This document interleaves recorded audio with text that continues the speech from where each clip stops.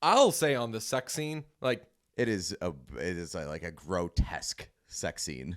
it's like your classic like super slow motion, like but it's not actually in slow motion. Mm-hmm. And I'm like, is this a guy that's like, hey, I last super long? And I'm like, it's because you do that. It's because you're averaging like 3 thrusts a minute, my guy. Brunch. Hit it, boys.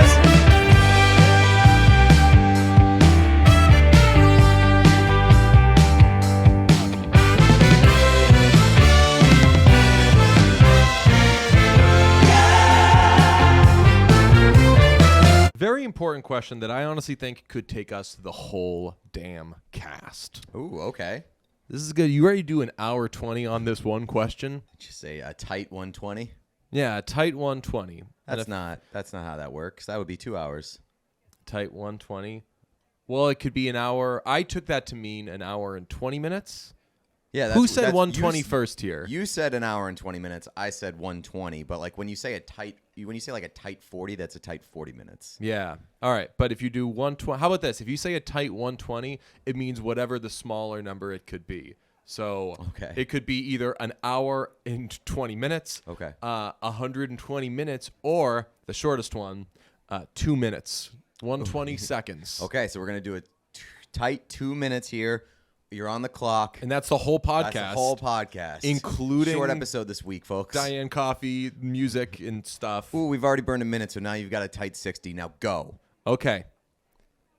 Have you ever heard the term, or do you know what this term means? Crispy boy. No. I thought you wouldn't. I hadn't either. If I had to guess, I would say that it's somebody who gets sunburned. Oh, sometimes, yeah. A white like you, I bet you're a crispy boy. I don't like the way that you said that, but yes, I do. I am a crispy boy. You become a crispy boy. All right, now let me tell you who doesn't like this conversation so far because they're saying you're using the term crispy boy wrong. I guess like all people, like beer drinkers, because a crispy boy is a beer that would be in the crisper of a refrigerator. So you know the bottom shelf thing? So that's going to be your like Pilsners, that's going to be like your Bud Lights, your Miller Lights, essentially your just like whatever, easy drinking. Okay. I'm assuming, I don't know what the rules are on this, but like probably like 12-ounce cans of It's like some like beer. Narragansett is like a crispy boy. I like that. I had never heard that term before. Never. I saw somebody on Instagram was making, they were like, hey, here's my go-to drink. I've been getting smoked with those targeted videos, by the way. The algorithm thinks right now I'm interested in cooking and cocktail making, which it just means that I spent 10 seconds too long watching a video one time. And now I'm just getting crushed. It's not a bad algorithm. I watch the whole things now, yeah. It's not a bad one to get stuck with.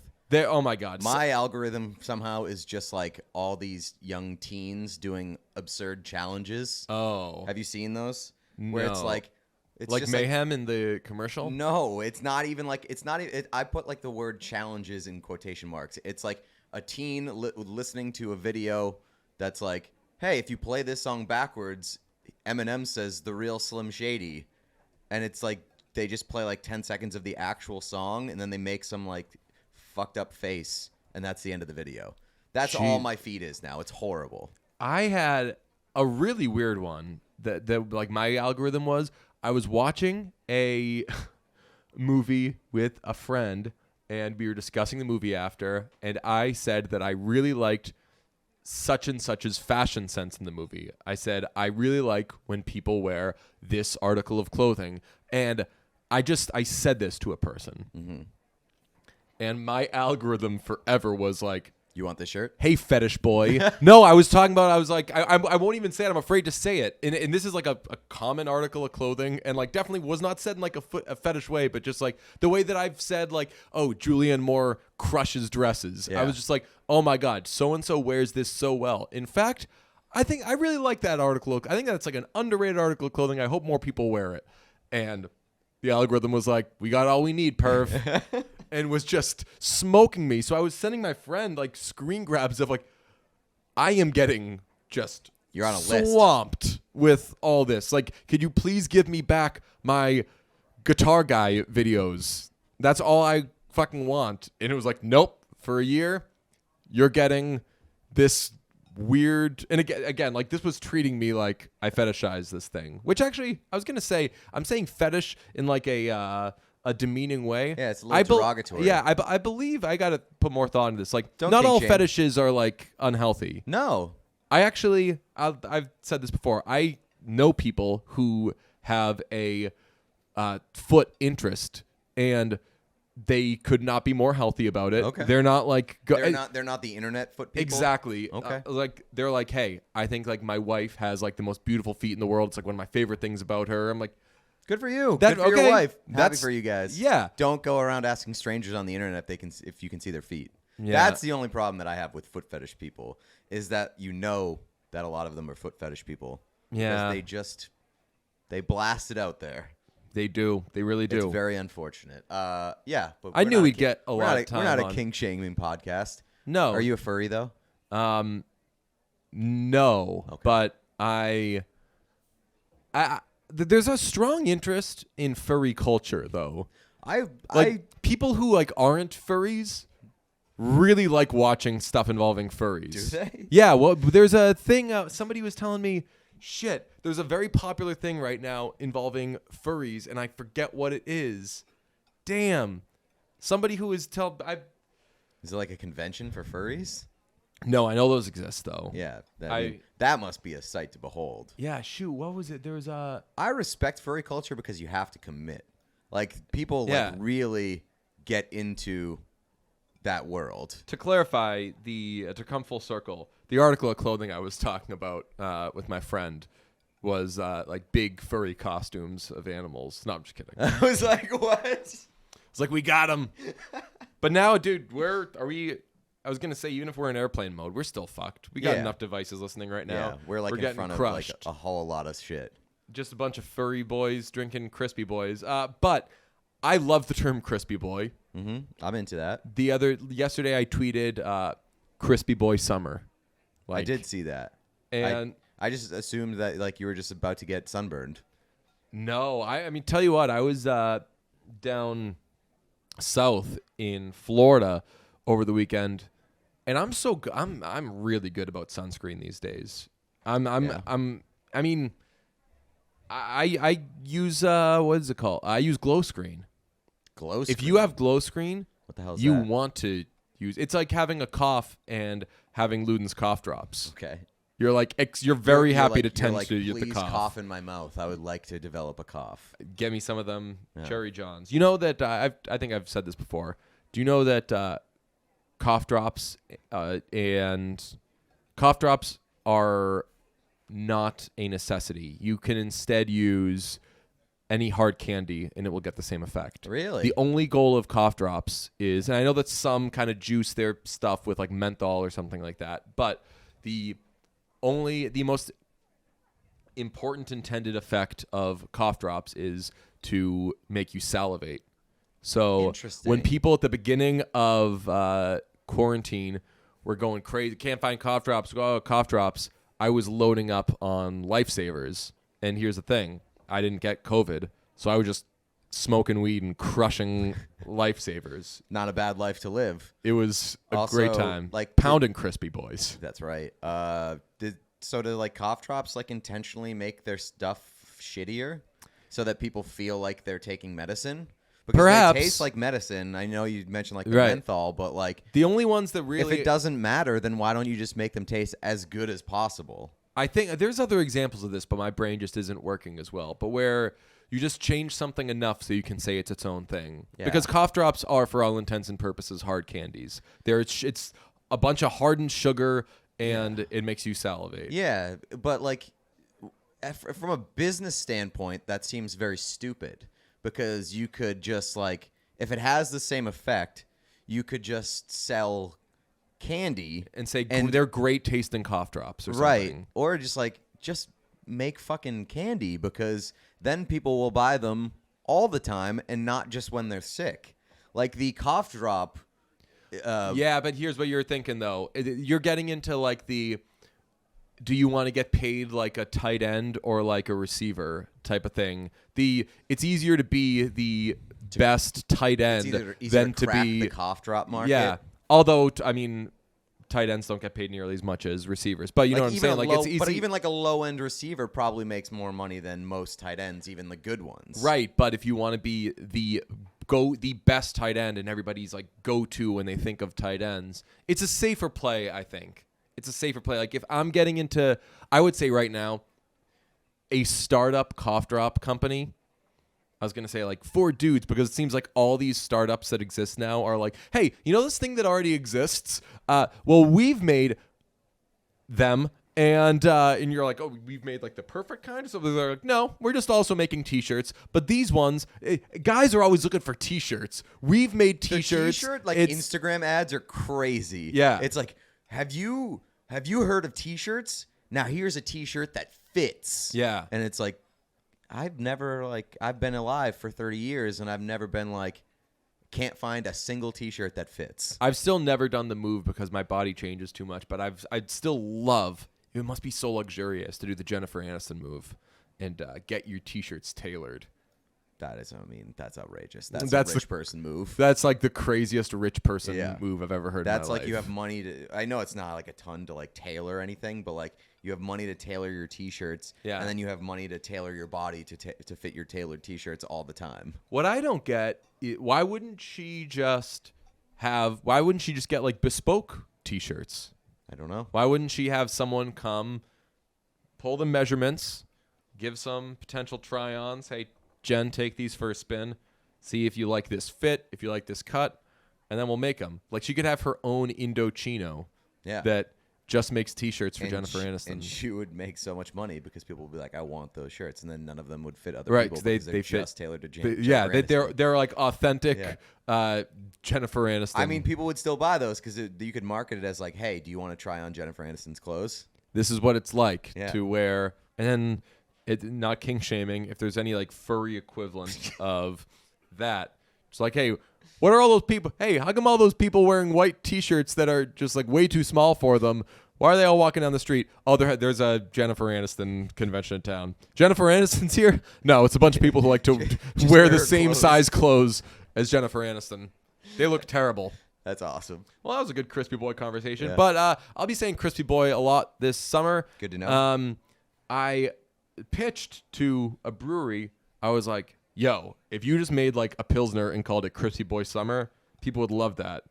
And they were like, every brewery has done that in the world. Crispy Boy Summer is apparently like naming your trivia team. My couch pulls out, but I don't. Really? Yeah. I don't think I've ever seen, I haven't been looking for it, but I don't think I've ever seen a beer Crispy Boy Summer. But you've heard that trivia team name. I sure have. Man, oh man. My go-to trivia team name in college. My couch pulls out, but I can't think of an original trivia team name.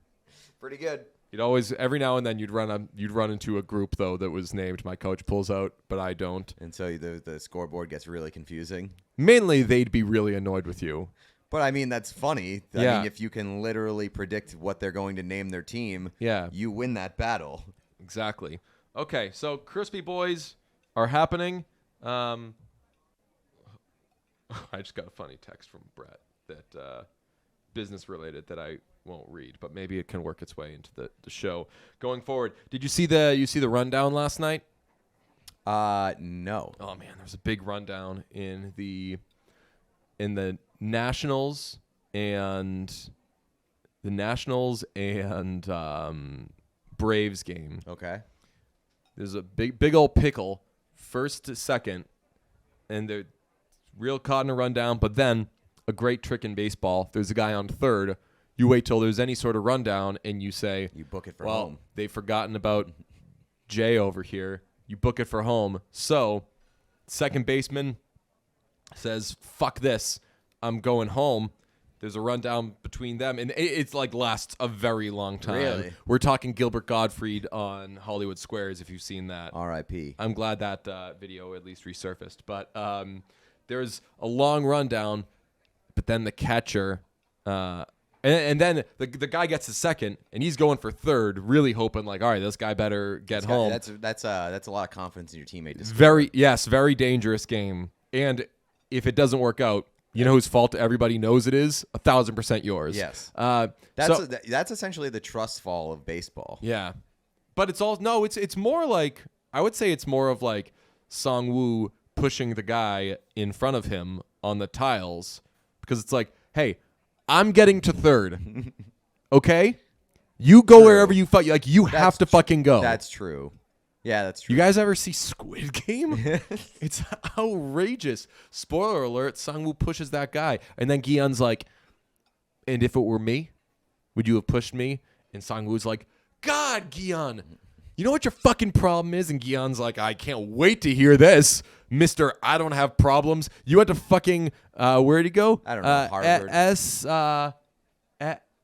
Not like SNU. He's like, you went to SNU and you're here. So I'd love to hear how I'm fucking up, Sangwoo. Anyway, so you think the guy between third and home is going to be out, but the catcher fucks it up. Broke one of the written rules of baseball. You got to catch the ball. Nope. No, this is a written rule. You're allowed to drop the ball. Then Yeah, everyone's gonna make fun of you. Did he interfere with the runner? He interfered with the runner. He got in the way, and that's like a top written rule of baseball for me. What, you can't interfere with the runner? Don't get out of the base path. get out of his way. Yeah. Get out of his way. That's why they say tie goes to the runner. I'm not sure that's why they say That it, is. but They say, hey, if you both want to stand somewhere, we're going with the runner. Get out of his way, please. okay. Please get out of his way. Sounds like a fun Would you let rundown. the gentleman go? It was a nice, lengthy run. It was a juicy So it rundown. ended with the Runner a scored. runner scored and a guy on third? Yeah. Wow, that is a productive rundown. I mean, it took so long that if they didn't get something out of it, there would have been some like new like rundown clocks. A rundown clock would be awesome. The longer a rundown lasts, though, the more chance it ends up in the running team's favor. Yeah. Fuck. What if they did like a rundown clock, and when it gets to 0, if it's either like if you have the ball, then the runner scores, or if you're not closer to the base you want to go to, then you're out and the inning's over and you're out of the game and you're banned like 60 games, something like that. They should have it so like they put like a device in the back pocket of your pants or like in the belt of your pants, and that if you get in a rundown, you got like 10 seconds or your pants just drop. Oh, I was gonna say it disperses some like brown ink, make it look like you pooped your pants. That's a good idea too. I do like the idea of a Rest of the game. But I do like the idea of a running clock and like 3 people in a rundown involved in a rundown all have their pants drop to their ankles after 10 seconds, and then they have to figure it out from there. Yeah, they got to hit the next shot with their pants down or whatever. What about if we combine the ideas? The pants drop after 10 seconds, and then a brown ink disperses inside their their sliding shorts, so it looks like they pooped their underpants. That's not bad. We're fixing baseball. There we go. I went to Florida this weekend, and Did you wear jeans? I did. Oh, very cool, because I've got some jean suggestions for you. Yeah? Give them to me. Mugsies are the most comfortable men's jeans on the planet. Built with a proprietary stretch denim. An antioxidant vitamin C. That's right. These jeans look stylish, but feel like you're wearing sweatpants. They're the most damn comfortable jeans around. Whoa. In fact, one Muggsy customer said, I used to hate jeans. Now I don't. That is deep. These jeans are literally changing people's lives. The stretch jeans for men, where the Muggsy was the first to do stretch jeans for men, and the fit gives you more room for the boys. You know what we're talking about. Oh, yeah. The old Frank and Beans. More room for the boys. No hugging. No real like interference. And they're never too baggy, never too skinny, always just right. You're not gonna look like somebody who's wearing jeans that are really choking away at the family jewels. Whoa. Keep those babies breathing. Look great, feel great, be your best self rocking Mugsy jeans because you feel comfortable and confident to take on whatever the day has in store for you. We're talking jeans that move with you, not against you. So do your legs a favor and head on over to Mugsy.com to pick up a pair of the most comfortable jeans we've ever worn. That's Mugsy.com for 10% off your entire order using promo code BRUNCH. Free your balls once and for all with the most comfortable jeans on the planet at Mugsy.com using promo code BRUNCH for 10% off your entire order. Whoa. Awesome. Sweet. On the flight to Florida, I had probably like the biggest scare I've ever had on an airplane, which was there was like a lot of turbulence, which is fine. I actually don't hate turbulence because it's like It's a knock on wood. psychopathic take. No, like knock on wood, like it's gonna work out. Just like statistically. Sometimes it doesn't. We've talked about this before. What goes up must come down. Yeah, but I don't know. Sometimes it's fun when you're on an airplane to hit like a little like whoo, and like the thing about turbulence is like you actually feel like you're in an airplane, like you feel like you're like it feels like you're going fast. It's a nice reminder that like, hey, you're flying in a tin can in the sky. Yeah, and the big reminder for me is like I always say like the greatest indication that we're not supposed to be flying is landing. Like they haven't like when you land in an airplane, it is fucking insane. You crash down, you hit it's like the and whole you're like, thing oh is shit, we're shaking and going everything. 300 miles an hour. Like we were never supposed to be doing any of that. But we hit some turbulence and it was like lasting a little bit. And the pilot says like, hey, everybody, a little bumpy road here. Just get back in your seats, will ya? Or whatever. And you're like, all right, cool. Then like 3 minutes later, we hit some more. And he gets on there and says, doesn't say, excuse me, ladies and gentlemen. He just says, it is imperative that everybody be in their seats for the remainder of the flight. That's no good. He said imperative, but he said it like, he's like, it is imperative that so that is like, no good. Remainder of the flight doesn't sound like much longer right now. Yeah. Sir, resign, sir. Yeah, but I was scared. I took his word for it. I was like, shit, like this is in play. It was really, really scary. Wow. Holy fuck. But I want to say to him after, like, hey, even if you know that we're going down, please don't say cooler. imperative. Yes. Yeah. Yeah, what are you doing, dude? Yeah, holy shit. I never thought about that, like how tough it must be as like a pilot whose life is also in danger when like they think that they could be going down. Oh shit, to, like, right. Yeah. To like make everybody else feel calm. Like that's got to be a real tough situation. Yeah, that's fair. I guess I wasn't thinking about him, but he wasn't thinking about us. Right. It's a real give and take there. Yeah, what kind of I mean, you're a pilot. You're also the captain though. So you're like lead us. Yeah, right. Lead it's us. his job to keep you calm, not your job to keep him calm. I want to be like, hey, anybody else want to wear the C on this one? Because we got Don McNabb puking in the huddle right now. The C's out. We got a couple A's on the plane. Yeah. Oh my God. Speaking of planes, yeah, we watched Top Gun. Yeah. Last week, we meant to do it for a Friday bonus episode. What did we end up doing for the Friday? Oh, we ended up doing everything everywhere all the time. Nope. Everything everywhere all the time. We did some more baseball talk. Oh, that's right. Had to get that in there. That's right. Yeah, subscribe to the Patreon because our baseball episode last week was pretty hilarious. Yeah, it was quite crispy. Patreon.com/listentobrunch. But yeah, we watched Top Gun and first time for both of us? Maybe? Yeah. No. Not my first time. Okay. I'd seen before, but didn't care. And I'll say, I say this nicely and not to like kill the segment. I feel the way about Top Gun. This confirmed it for me. I feel the way about Top Gun the way that I always did, like growing up with like wrestling. I am so glad for all the people, specifically as a fella. I know that like a lot of dudes love it, and I'm so happy it exists for them. And I'm glad that like even for like toxic dudes and shit like that, there is like a super gay thing that like they Top Gun is the absolutely gayest movie ever. love. And that's why I'm like, how do I not Yeah, love I Top don't Gun? understand that. It's like everything but the sex. Yeah. They like throw in like a heterosexual sex scene to like be like, hey, by the way, we're not gay. But it's like, We fucking know. No, it's like This that's like movie's super we're right. gay. Just like love each other. Yeah. Just fucking be you, fellas. But I'll say on the sex scene, like It is like a grotesque sex scene. it's like your classic like super slow motion, like but it's not actually in slow motion. Mm-hmm. And I'm like, is this a guy that's like, hey, I last super long? And I'm like, it's because you do that.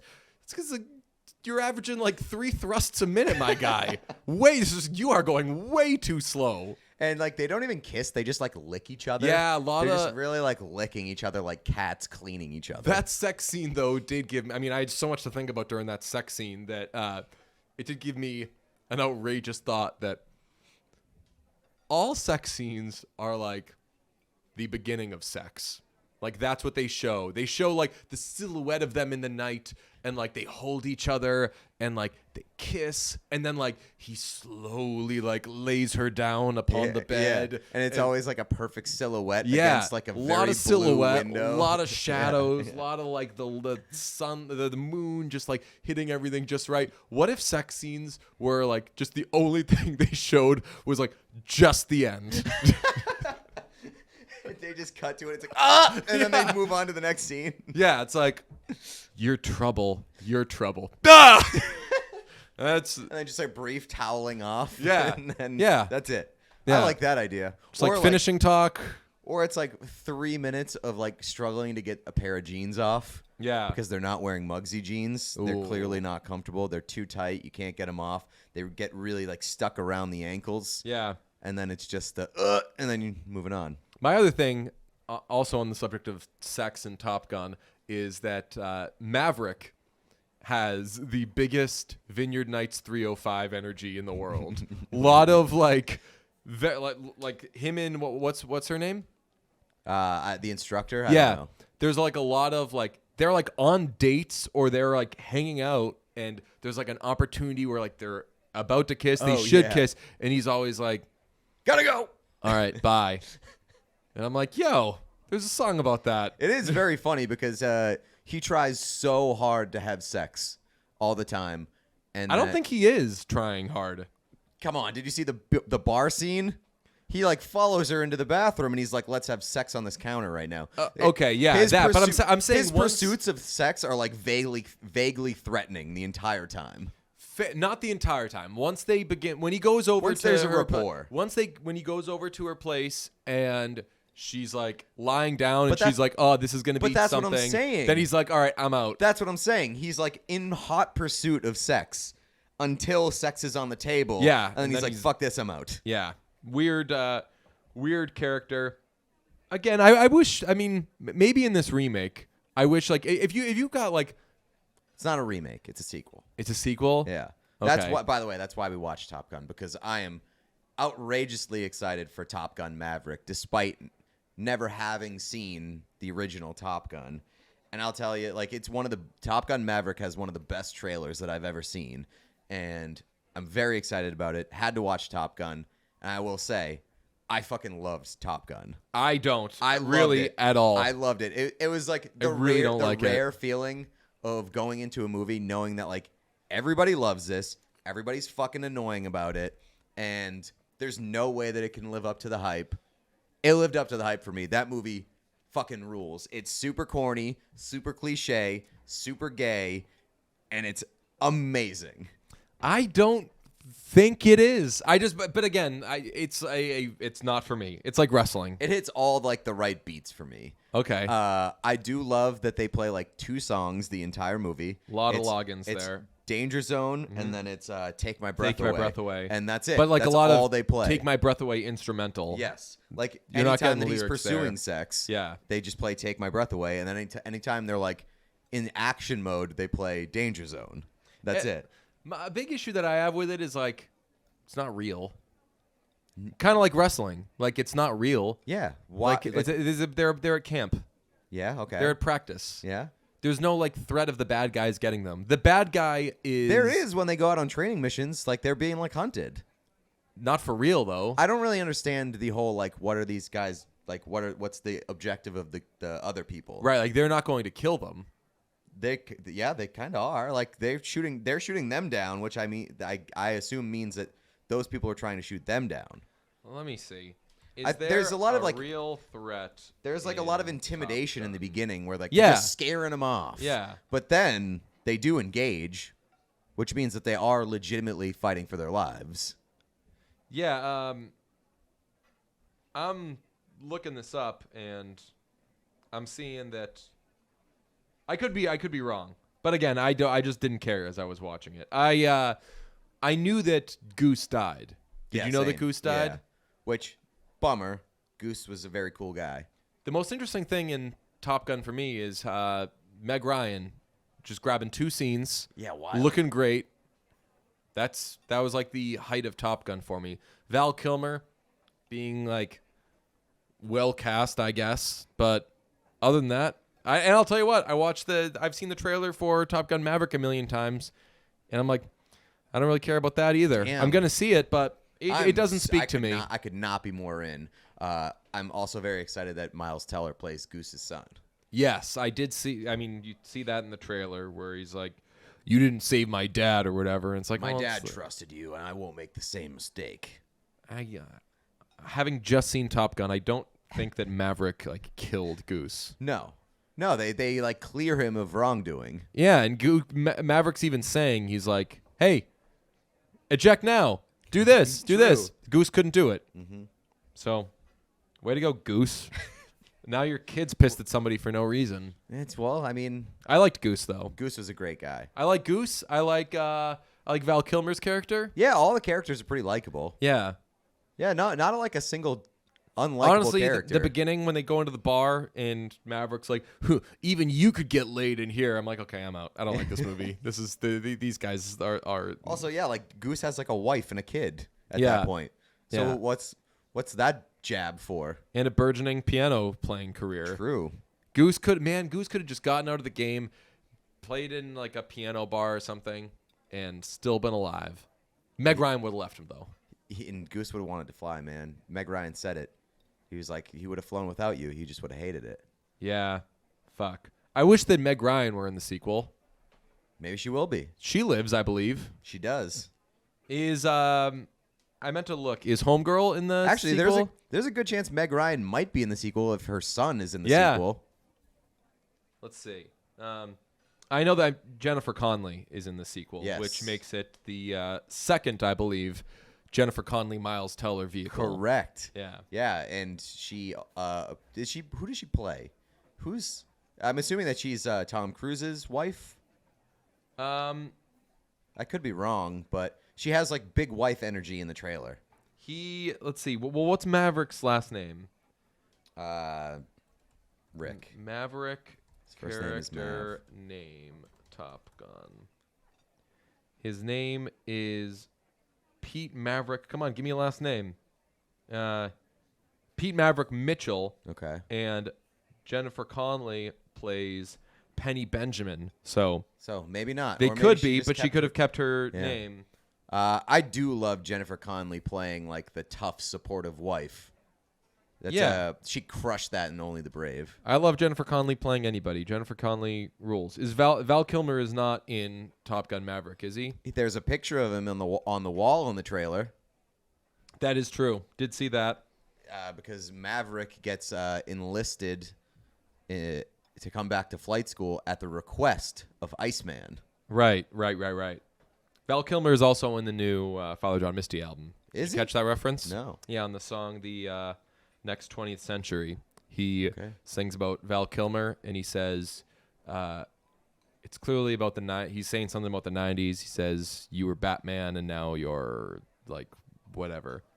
That's I've been digging deep into the lyrics on that album and finding that although Misty isn't really making himself a main character in this one, the lyrics are still very witty and funny and very Father John Misty. Yes, I'm kind of now approaching the album the way that you were approaching the album like 2 weeks ago, where I'm Yeah. just listening to like the first 4 songs, your excuse was like that you were playing on like a web-based browser and you'd have to restart every time. Mine is that I got the vinyl and I haven't listened to it not on vinyl. So whoa!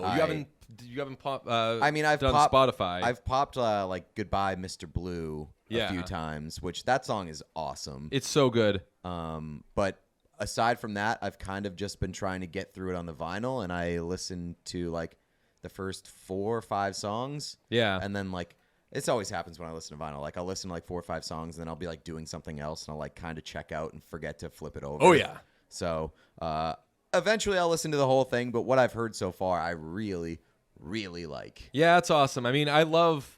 I haven't taken out the vinyl yet, but I'm assuming like the A side is probably like Chloe, Mr. Blue, Kiss Me, I Love You, Everything But Her Love, and then maybe Buddy's Rendezvous or something. It switches off, but like that album comes out of the gate so strong, and Q4 has grown on me so much because I really like that song when it came out, but in the London, they did their like London album release show last week, and We should just play the sound clip because there's no way that you're gonna do it yes, justice. yes.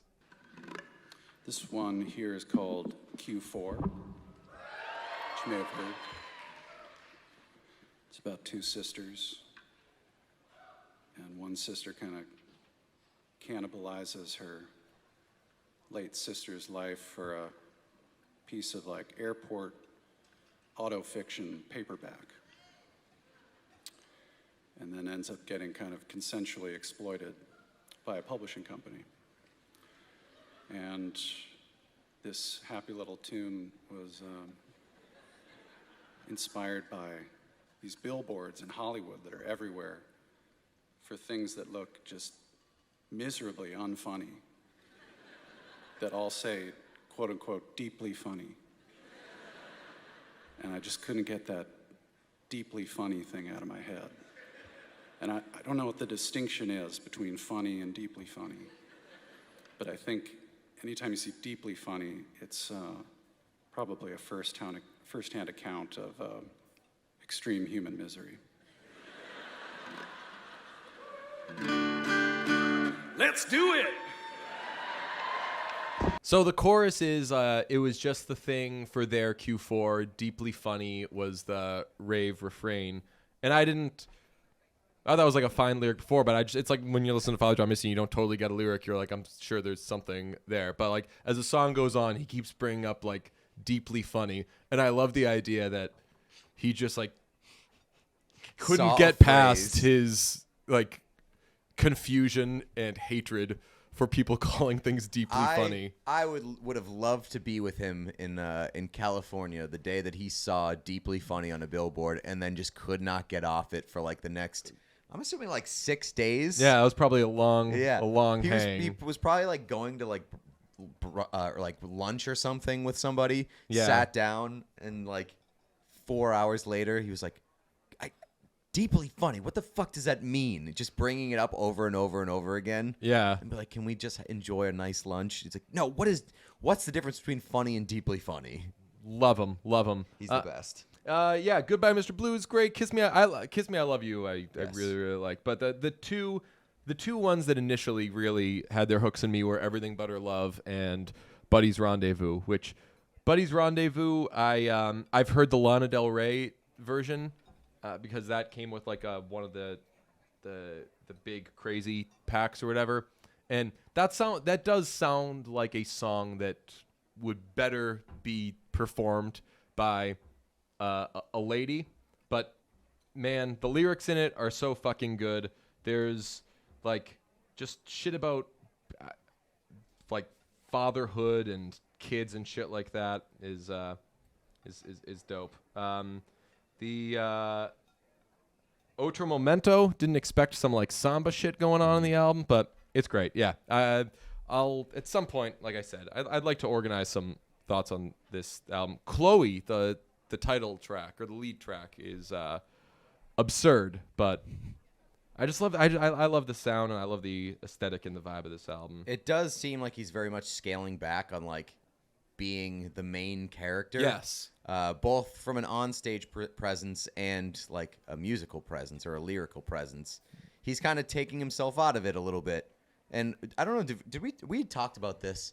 And I don't remember if it was on the podcast or off the podcast, but like it kind of seems like a man who's now at peace a little bit, or has more peace than he did before. Oh yeah. Perhaps, and I hope so. I mean, because he famously doesn't do any media or social media anymore, so he's probably just like living his life. But yeah, that was the thing. Like when I first heard this album, I was like, ooh, I wonder how people are going to come to grips with him not being the main character on really like any of these songs.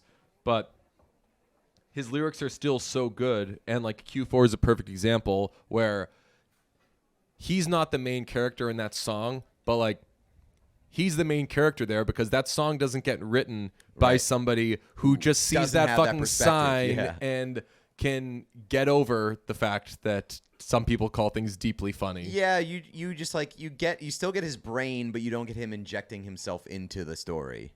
Yeah, and that I'll take. Yeah, I mean, still a very interesting brain. Yeah, fuck. And goodbye, Mr. Blue, man. Jeff, our friend Tough. Louis has moved on. Yeah, we love Louis. To the afterlife, and Jeff was saying that he was too sad to listen to a new Father John Misty album. You might want to skip that one. Yeah, and I was like, man, track 2 is about a pet dying. I didn't realize that after first listen. I like wasn't paying close enough attention. Yeah. I like understood that there was a cat mentioned. Yeah. But then I like started listening closer. I was like, oh, this is like all about a cat dying. Yeah, it's like kind of like staying together for the kids, but in reality, but it's more, hey, we own a cat, and it would be a pain in the ass to figure out what to do if we want to just break up. So this thing's keeping us together. Oh, it's dead. I thought that it was more like this is the only thing that reminds. Oh, me, maybe because it's like this Turkish Angola is the Is it last last- that remains of you and me. Yeah. So I took that as like the last. I thought it was like reminder of it's a what's keeping us relationship. together. But it could. You're right. It could be they've broken up, and hey, this was the cat that we got together. But yeah, everybody, listen to those fucking songs because they're all gems. And I don't know if the video is still up, but there was a video of that London show. This tour, I'm sure, is going to be fucking awesome because just having heard some of the songs live now, it's going to be outrageous. I wonder if he'll be. I'm assuming they'll be like hiring a small orchestra for each stop. Yeah. I don't know how that really works. I know that Pure Comedy Tour, he had like an orchestra that I can't imagine he was lugging around with him. But yeah, listen to it. Like I said on the Friday episode, I haven't really paid too much attention to much critical reception, but I put this album high on the Father John Misty album list. I think it's like Pure Comedy and I Love You Honey Bear are like the two pretty tough to touch ones, but I love God's Favorite Customer very much, but I think that I would put this ahead of God's Favorite Customer. And although Fear Fun is an incredible album, it's not in last place. It's just in furthest from first place. Yeah, as the kids say, there are no misses. Yeah. Yeah. It is funny, though, that like lyrically, it went from God's Favorite Customer, which was like really just like, what can I put in songs and people still buying it and like thinking I'm cool, to this is again a lot more scaled back from that standpoint. Also Pusha T, man. Pusha T's coming with new stuff, and that one that he does with the new one he does with Pharrell and Jay-Z, have you heard it? No. Oh my god. It's fucking great. He's always good though. I'll have to check that out. Have you heard anything about that new Netflix show, The Ultimatum? Everybody is going bananas over that show. Then no. What is it? It is a dating show. It is like a soft spin-off of that show Love is Blind. Do you know Love is Blind? It's hosted by Nick Lachey and his wife, I forget her name. Jessica Simpson. Yes, correct. They do another show where now like a bunch of couples come to like this like retreat, and they're either like, from what I've been told, this may not be gospel, but like from what I've been told of the plot, it is couples that like one of them wants to get married and one of them like is not so sure, and they all come to this retreat and they have a certain amount of time to decide whether they're going to get married and they're going to leave and get married, or if they're going to leave with somebody else at the retreat. Do they have to marry that new person, or are they just buying more time? I think that they might be Reset buying the more clock? time. Yeah, I think they're resetting the shot clock. I'm resetting that clock every fucking time. Really? Wait, how deep into the relationship are they? I'm assuming they're pretty deep because they're like one of them wants to get married. Oh, okay, all right, then. Okay, never mind then. I thought it was just no, like, it's not like hey, they're all meeting each other. You've been seeing this person for like a month. Now, come to this place. You gonna marry them, or are you do you want to start over with somebody else? I mean, I'd have to play those odds. I'm sure that there's at least one couple that like hasn't been dating that long, because people keep talking about like how insane the show is and like how insane the people on the show are. So like I'm assuming that there's not everybody there is in a very normal situation. Damn, I gotta watch that. I'm interested. Yeah, I'm behind on Severance. I know that you started Severance. Did you yeah, tell me yeah, this? Okay. yeah. I started watching it like a couple weeks ago. Okay. How did you not tell me that? Like, I'm the biggest Severance fan in the world. I didn't know that until you tweeted that like the finale was really good or something. I don't even think I tweeted about the finale. I tweeted I knew that I did know that you were watching it. Yeah, like the second or third to last episodes, like I was going bananas because it really Maybe that's what it was. It launched into another orbit after I think the third to last episode. Okay. And like that show is just unbelievable. This is the last episode we'll be doing. Although no, Friday for the Patreon folk, patreon.com/listentobrunch. Before Saul comes back.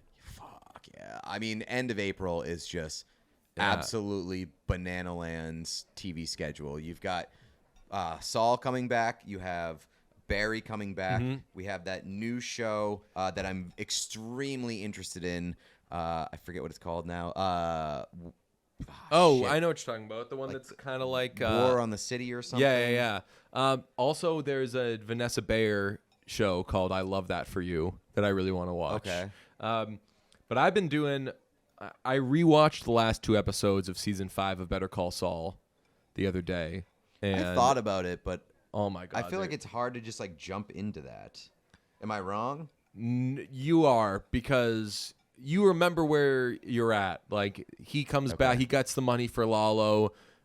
Kim has gone to Lalo to be like, "Yo, where is this guy?" So then he knows where he is, where she is. Okay. He comes to their home. Yeah. And there's that like crazy 13-minute standoff where that event. I forgot how that ended. I knew that he came over there and like scared the shit out of them, and that Mike, spoiler alert, has a sniper on him and is ready to get him. I forgot what made Lalo leave, and it's that Kim just like lies her balls off, but like fucking pushes him around like crazy, and is like calls him sloppy and says like you need to get your shit together. And he's like, I like this girl. He just doesn't say anything. He just walks out Wow. and packs up and leaves. Kim in the last 2 episodes of that season is incredible. control. And Rhea Seehorn is win? like, I don't know if she did, but she is, man. She is. I'm gonna make up a term right now. She is goated, man. That's right. Truly, she's the best character on TV. She's so well played. Man, perfect. We Own This City is the name of the HBO show coming out, which it could not be more of a spiritual spinoff of The Wire. Yeah. It is from David Simon. It stars a bunch of people from The Wire. It takes place in Baltimore. It takes place, or it surrounds cops, dirty cops, and the people of Baltimore. And it looks completely like a spiritual spinoff of The Wire. And it stars John Bernthal, who I'm officially declaring that I am the world's biggest John Bernthal fan. Take it. He rocks. I stan. He is the fucking best. But you know what the problem is, though? He's in Spencer territory. Yeah. He's. Have we discussed this on the podcast? We did just discuss it recently, but he is always the best supporting actor. Yeah, but he's always more like kind of tertiary. Although Octavia Spencer's been like that too. We're not tertiary as far as like a tertiary role, but like not like the first lead, second lead. Like she's maybe the third or fourth person in it. That's like prime Bernthal territory. Second or third. Yeah. Right.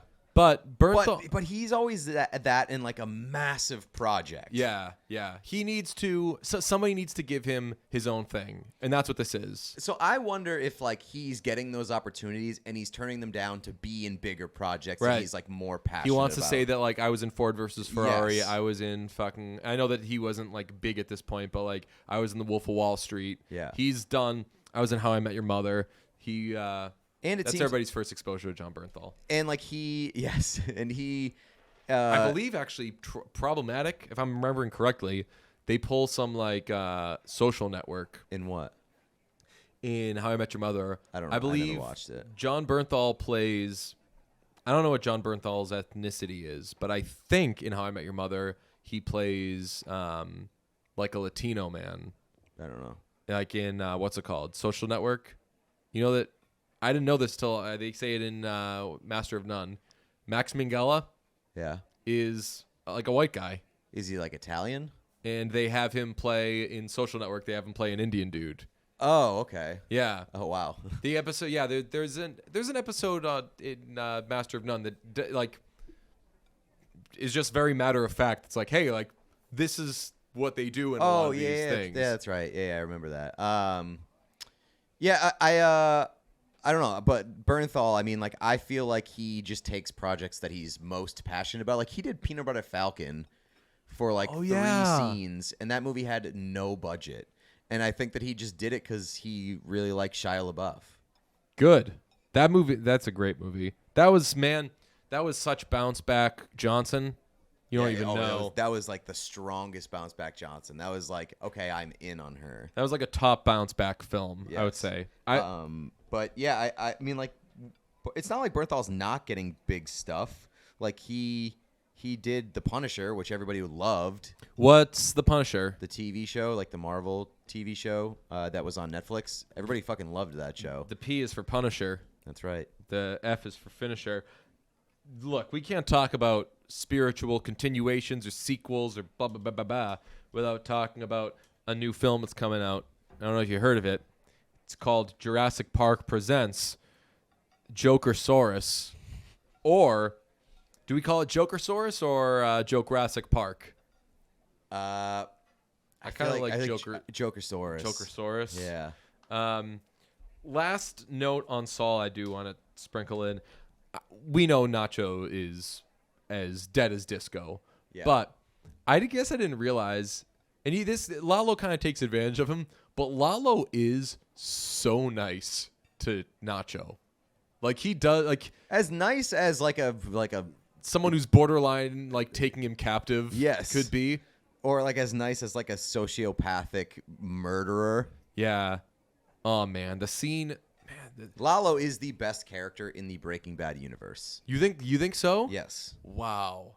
Lalo's he's like the most interesting bad guy. Yes. We probably talked about that Yeah. at some point. He like because he's charming and You horrifying. You could 100% understand why a person like that is like wields as much power as they do, because like you meet that guy and you're like, what a great guy. I fucking love that guy. And then like you cross that guy and you're like, Yeah. I am fucking terrified of that guy. The scene where an all-time DJ can't a death that DJ doesn't like is the kid at the Travelocity or whatever. Yeah. That is Yeah, that's a no-go. that is so bad. The scene in And a real NPC empath. This one. yes, exactly. That's such a brutal NPC death. Yes. He the scene in the second last episode of season 5 where they get the money and they're back and everything, and Saul is having like terrible PTSD, and he's talking to Mike about like, hey, like when do I feel better? When does like this go away? And Mike is basically telling him like, hey, don't worry, something like something's going to happen with Lalo. They're just like walking through. Mike tells him, hey, look, we all make choices, and they put you on a road, and if you're on that road, things happen on that road, and you're in the game. Like those guys that we killed back there, they were in the game. They said they were trying to kill us, take money from us. Like, they know what they signed up for. And Jimmy's like, what about that fucking kid, huh? Is that kid in the travel center, whatever, in the game? I'm like, yeah, Jimmy, you're still a fucking good guy. What I love about Better Call Saul, I realized, Jimmy's not like the asshole that Walter is. And when you first meet Saul with Walter and everything, the viewer thinks that this is like as like bad as somebody can get, as like crooked as somebody can get. Well, Jimmy has loose morals, but he has morals. Yes. And he's not like a by any means necessary kind of guy. He's just like, hey, we don't have to play by the rules. That's perfectly put. He's not a Jack Bauer type. He'll just sit it out if need be. I can't wait for that show to come back. Absolutely. It is the best show that's not yet on TV, but might be on TV soon. Best show on TV soon. Also coming soon, Friday, we're going to do a review of Ambulance, the new Jake Gyllenhaal movie. Yeah. Which we thought was streaming, is not streaming, only in theaters. Early review. It's too long. That movie can't be that long. How long is it? 2 hours and 13 minutes. You can't be that long. That's okay. I hate that I'm becoming like a movie time guy, but I think I am. I'm not going to complain until I see it. I think the movie should be as long as they need to be. I don't know if that movie needs to be 2 hours and 13 minutes. If I had to guess, probably not. But you'll find out on Friday. Can't give me a fat 2:13 like that.